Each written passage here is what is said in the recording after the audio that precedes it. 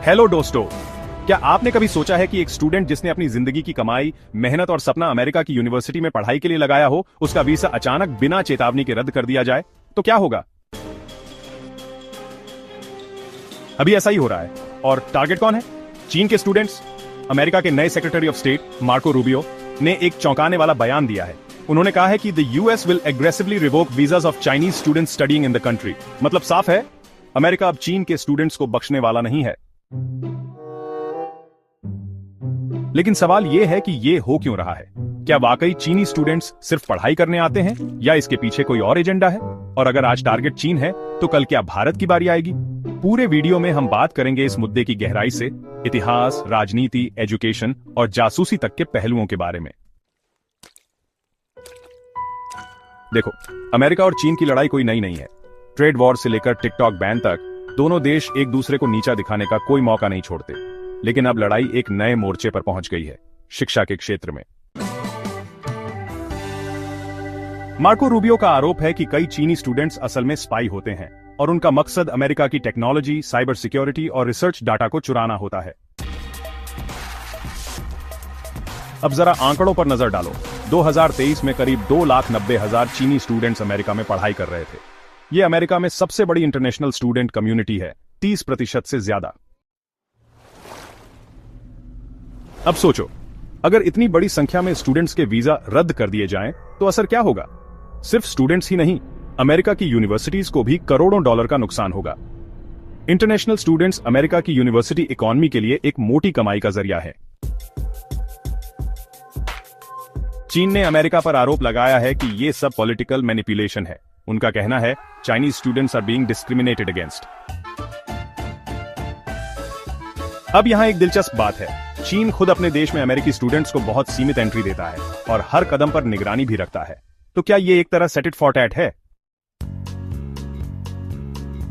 दोस्तों, अमेरिका की सबसे बड़ी चिंता यही है, टेक्नोलॉजी का गलत इस्तेमाल। कई रिपोर्ट्स में कहा गया है कि चीनी स्टूडेंट्स को कुछ खास कोर्सेस में एडमिशन ही नहीं दिया जा रहा, जैसे robotics, aerospace, AI, quantum computing वगैरह। क्यों? क्योंकि अमेरिका को डर है कि यह टेक्नोलॉजी चीन की सरकार के पास लीक हो सकती है। और ऐसा हुआ भी है। 2018 में एक चीनी स्टूडेंट को अमेरिकन एयरफोर्स से जुड़ी जानकारी चोरी करते हुए पकड़ा गया था। अब बात करते हैं अपने देश की। भारत के लाखों स्टूडेंट्स हर साल अमेरिका जाते हैं। 2023 में करीब 2 लाख भारतीय स्टूडेंट्स अमेरिका में पढ़ाई कर रहे थे। यह संख्या दिन ब दिन बढ़ रही है। तो सवाल उठता है, अगर आज अमेरिका चीन को टारगेट कर रहा है तो क्या कल भारतीय स्टूडेंट्स पर भी ऐसा खतरा आ सकता है? शायद नहीं, क्योंकि अमेरिका और भारत के रिश्ते अभी मजबूत हैं। लेकिन अगर जियोपॉलिटिकल परिस्थितियां बदलीं तो कुछ कहा नहीं जा सकता। अब जरा सोचो, एक 20 साल का स्टूडेंट जिसने अपने माता पिता की कमाई से अमेरिका जाने का सपना देखा था, वीजा मिल गया, कॉलेज में एडमिशन मिल गया, और अब जब वो पढ़ाई कर रहा है तो अमेरिका सरकार बोलती है, sorry, your visa is revoked, go back. उसके सपनों का क्या? उसके करियर का क्या? उसका मेंटल हेल्थ? ये सिर्फ पॉलिसी का मुद्दा नहीं है, ये इंसानियत का सवाल है। देखो, हर देश को अपनी सुरक्षा का अधिकार है। अगर किसी को शक है कि कोई स्पाई कर रहा है तो एक्शन लेना जायज है। लेकिन सवाल यह है, क्या आप लाखों छात्रों को सिर्फ उनके नेशनलिटी के आधार पर टारगेट कर सकते हैं? क्या हर चीनी स्टूडेंट जासूस है? या यह सिर्फ एक राजनीतिक चाल है? अमेरिका की यह पॉलिसी सिर्फ चीन ही नहीं, बल्कि पूरी दुनिया के लिए एक अलार्म बेल है। सीन 2, क्या अमेरिका में पढ़ना सेफ है?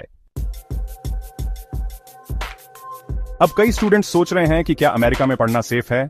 यूरोप, ऑस्ट्रेलिया और भारत जैसी जगहें अब नए एजुकेशन हब बन सकते हैं। और अगर अमेरिका ने इस तरह के फैसले जारी रखे तो हो सकता है कि भविष्य में ब्रेन ड्रेन की जगह ब्रेन शिफ्ट हो जाए। सीन 4, सच्चाई की बात। तो दोस्तों, ये मुद्दा सिर्फ अमेरिका और चीन की लड़ाई का नहीं है, ये मुद्दा है एक युवा के भविष्य का जो सिर्फ पढ़ाई करना चाहता है, कुछ बड़ा करना चाहता है। सीन 5, नुकसान हमेशा स्टूडेंट्स का होता है। राजनीति और शिक्षा जब आपस में टकराती हैं, तो नुकसान हमेशा स्टूडेंट्स का होता है। सीन 6, क्या अमेरिका का यह फैसला सही है? अब सवाल यह है, क्या अमेरिका का यह फैसला सही है? क्या सभी चीनी स्टूडेंट्स पर शक करना जायज है? और अगर आप स्टूडेंट हैं, तो क्या आपके लिए भी यह खतरे की घंटी है? अगर आपको यह वीडियो जानकारीपूर्ण लगी हो, तो शेयर जरूर करो ताकि और लोग भी समझ सकें कि एक वीसा रद्द होने के पीछे कितनी बड़ी कहानी